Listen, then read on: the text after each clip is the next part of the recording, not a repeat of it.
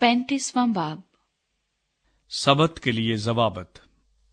और मूसा ने बनी इसराइल की सारी जमात को जमा करके कहा, जिन बातों पर अमल करने का हुक्म खुदावंद ने तुमको दिया है वो ये हैं।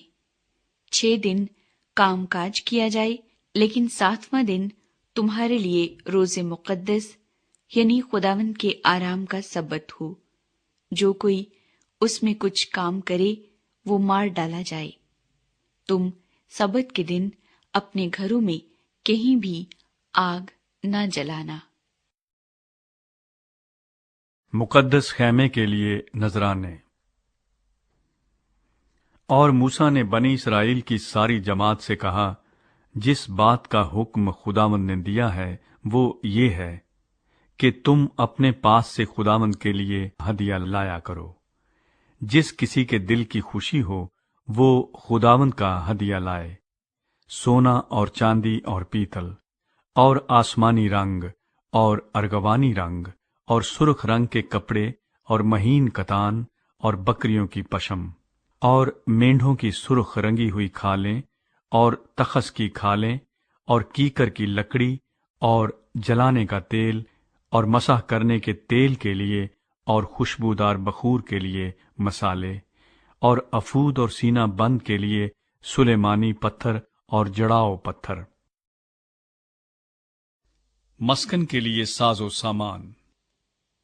और तुम्हारे दरमियान जो रोशन जमीर हैं वो आकर वो चीजें बनाएं जिनका हुक्म खुदावंद ने दिया है, यानी मस्कन और उसका खैमा और खिलाफ और उसकी घुंडियां और तख्ते और बैंडे और उसके सतून और खाने, संदूक और उसकी चोबें, सरपोश और बीच का पर्दा, मेज और उसकी चोबें और उसके सब जरूफ और नजर की रोटियां, और रोशनी के लिए शमादान और उसके बर्तन और चराग और जलाने का तेल और बखूर जलाने की कुर्बानगाह और उसकी चोबें और मसा करने का तेल और खुशबूदार बखूर और मस्कन के दरवाजे के लिए दरवाजे का पर्दा और सोख्ती कुर्बानी का मज़बा और उसके लिए पीतल की झंझरी और उसकी चोबें और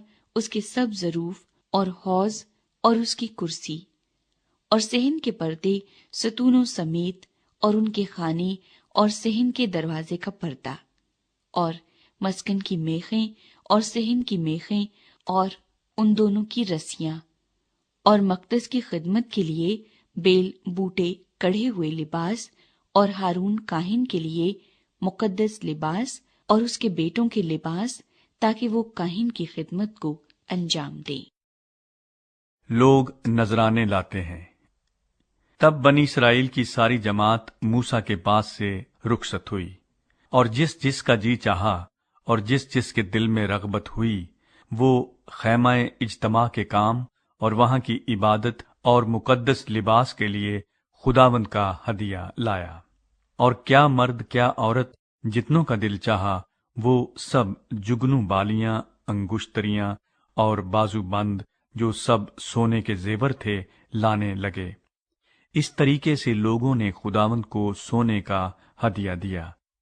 और जिस जिस के पास आसमानी रंग और अर्गवानी रंग और सुर्ख रंग के कपड़े और महीन कतान और बकरियों की पशम और मेंढों की सुर्ख रंगी हुई खालें और तखस की खालें थीं, वो उनको ले आए। जिसने चांदी या पीतल का हदिया देना चाहा वो वैसा ही हदिया खुदावंद के लिए लाया।